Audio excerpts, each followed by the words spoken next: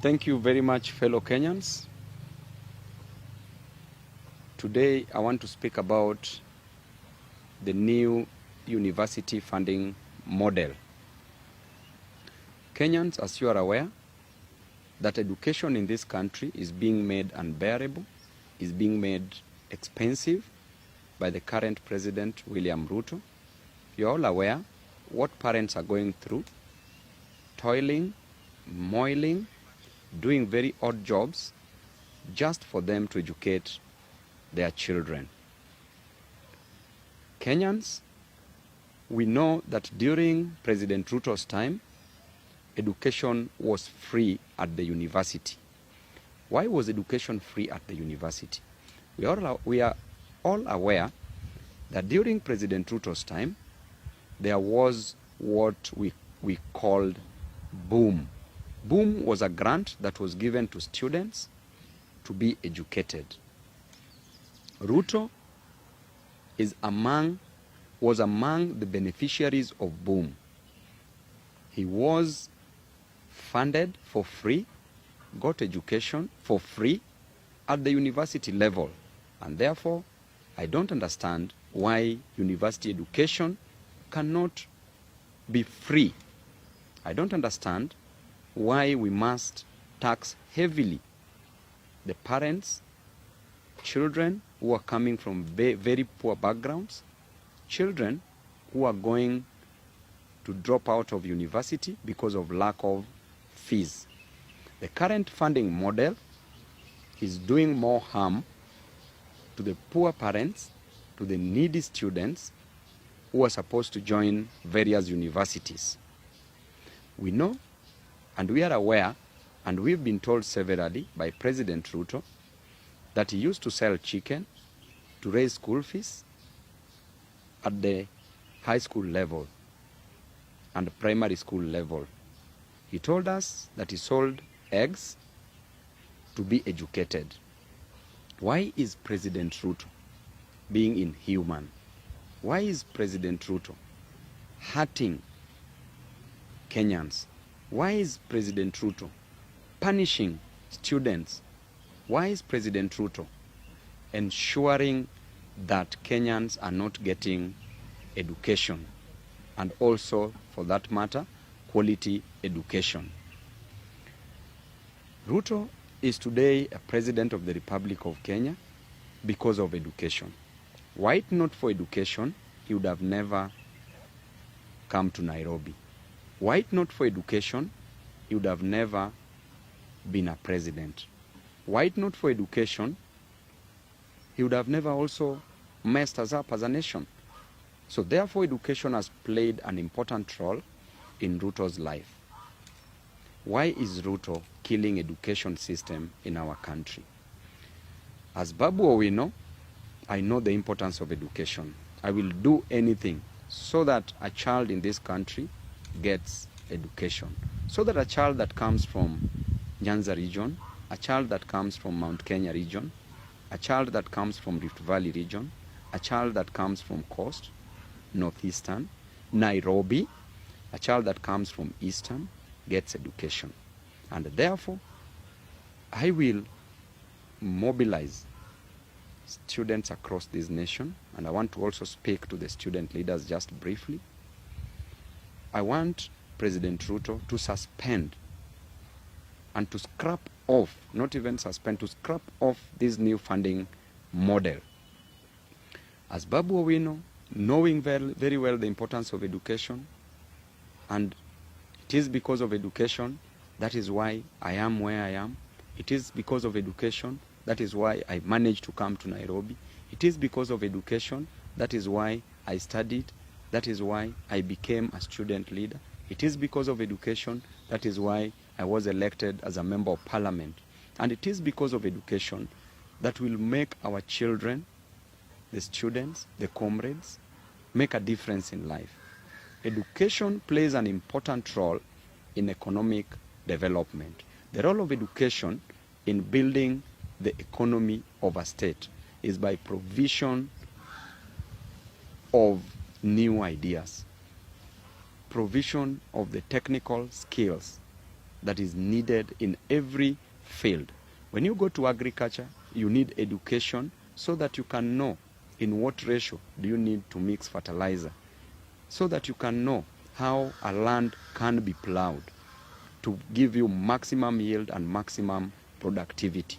If you go to hospitals in the health sector, you know the role of doctors, the role of nurses, the role of medics. If you go to any field, the engineers, we know what they do in this nation. Teachers, we know how they train pupils, learners, and all students. Therefore, education plays a very pivotal role. It is the fulcrum, it is the backbone of the economy in this nation. Therefore, education should never be messed up with. We should give it maximum priority. And so many students are not going to join universities.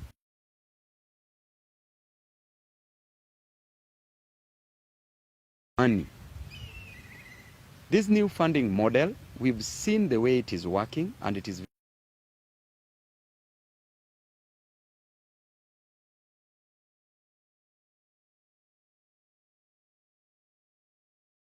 will be discriminated upon based on their status in life. In Kenya, statistics from the Kenya Bureau of Standards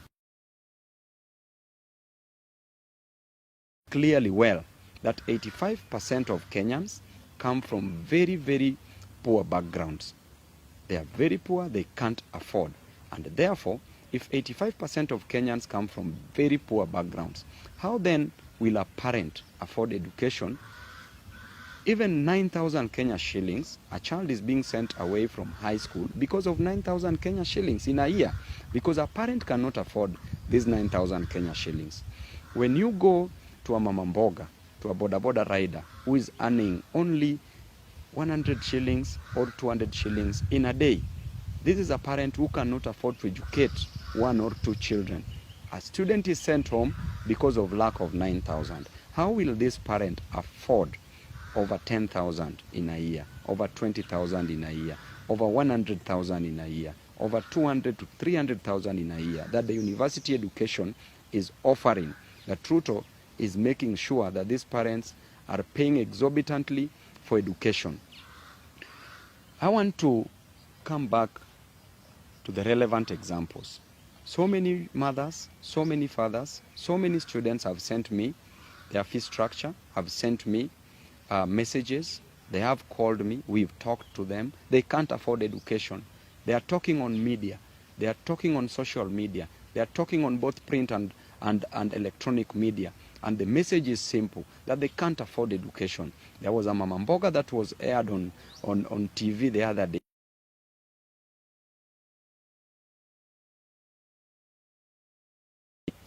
How did you get to know as a president that this mama mboga can afford over 200,000 in terms of fee? How did you know that a boda boda rider can afford over 50,000 as school fees? Ain't this a way of killing education in this nation? We probably know that you are punishing these students. Mr. Ruto, stop punishing these students. We are only asking for one thing, that you rescind any decision, you scrap off this new funding model. We know that it is these university students who are demonstrating together with other Kenyans, and you've come out, you want to punish them so that they don't get education. It is only this education that will make a difference in their lives. Therefore, give them this education. I'm calling upon all student leaders. I'm aware that at 2 p.m., President Ruto is meeting student leaders from various universities with the aim of bribing them so that they don't go on the streets to demonstrate against this new funding model. Universities should not be opened anytime soon until this new university funding model is scrapped off, because it is not working. Everybody in Kenya is poor. Over 85% of Kenyans are poor according to statistics. And therefore, you can't opt to say that they can afford fees so that you put them in different bands. So the band 5, the band 4s, any student that is going to be put in that band and they are poor, they can't afford that education. Therefore, any person that can afford education is not learning in Kenya. They are learning abroad. Their parents have made sure that they are getting access to education outside this country. Any person who is in a Kenyan public university or private university comes from a very humble background, comes from a very needy background. And therefore, the meeting that you are going to do at 2 p.m., I call upon the student leaders. The way you are going to attend those meetings, please do not mess with the future of this nation. Do not mess with the education of this nation. It is only that education that will help us from the shackles of bondage.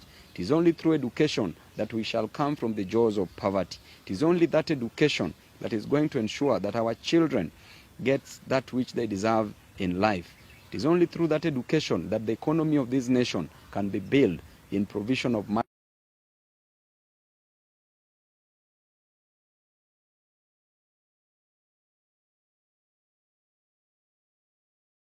Bargained on. There should be no agreement between you and President Ruto on matters education if it is not about scrapping off the new funding model.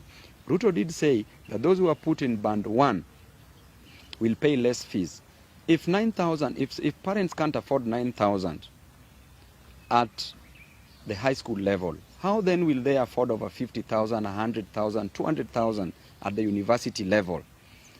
And therefore, President Ruto, let's go back to the old funding model where there was HELB, Higher Education Loans Board, where a student having passed examination was being called to the university.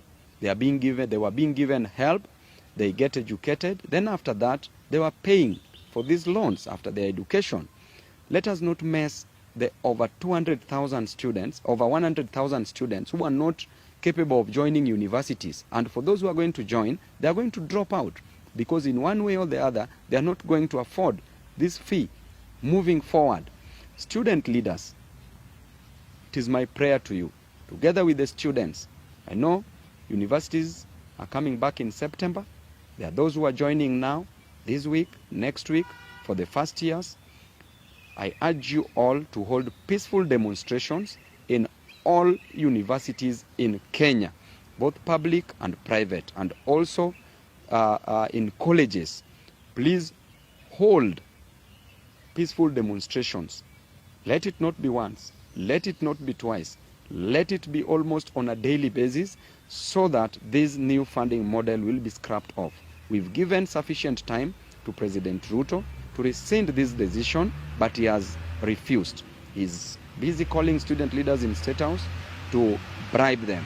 Refuse this, reject this in totality, occupy the streets, come out in large numbers, fight for your own rights, fight for your own life. And I believe that you are going to achieve it. If we made it in the finance bill, if we made sure that the finance bill wasn't signed by Ruto, we can make sure that this university funding model is scrapped off. So comrades, I'm with you in this war. We shall fight together. We shall win this. Ruto is only one person with a few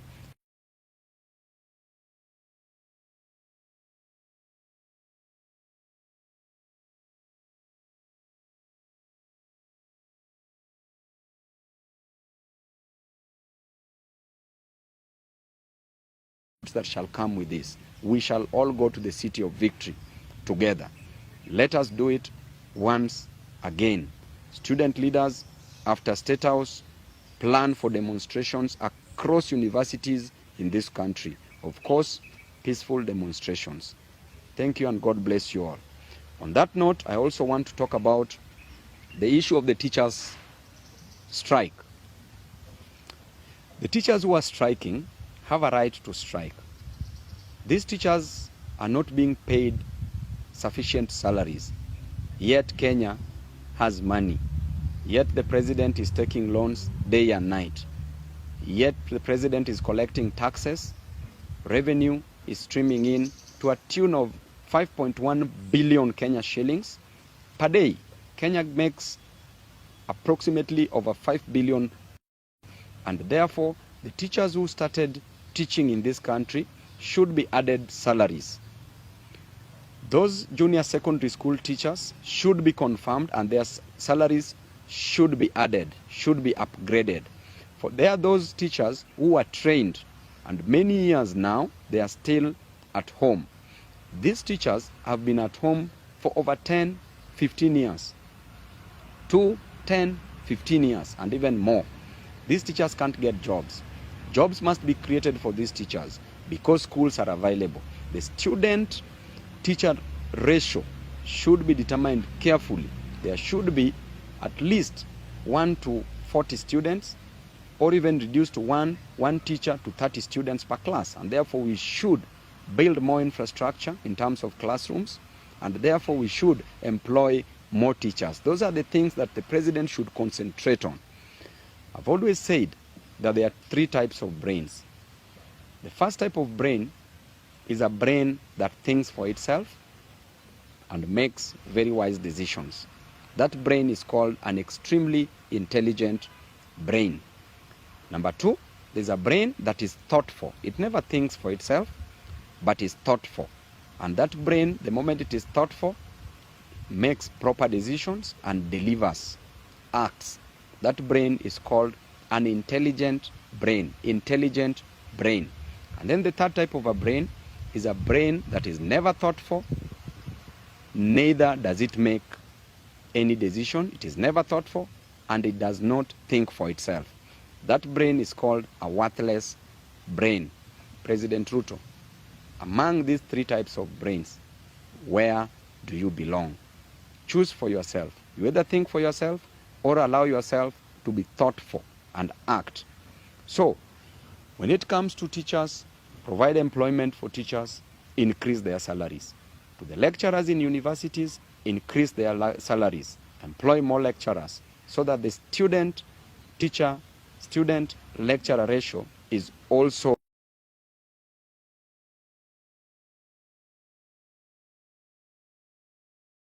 institutions of learning. So, on that note, comrades, let there be comrades' power. The comrades' power must never sleep. The comrades' power that I know of is a comrades' power that will fight for its own rights. Student leaders, you will be judged by what you do. Please, come out. If you want to be a proper student leader, act. Be on the side of the people. Do not be on the side of the oppressor. Tibim.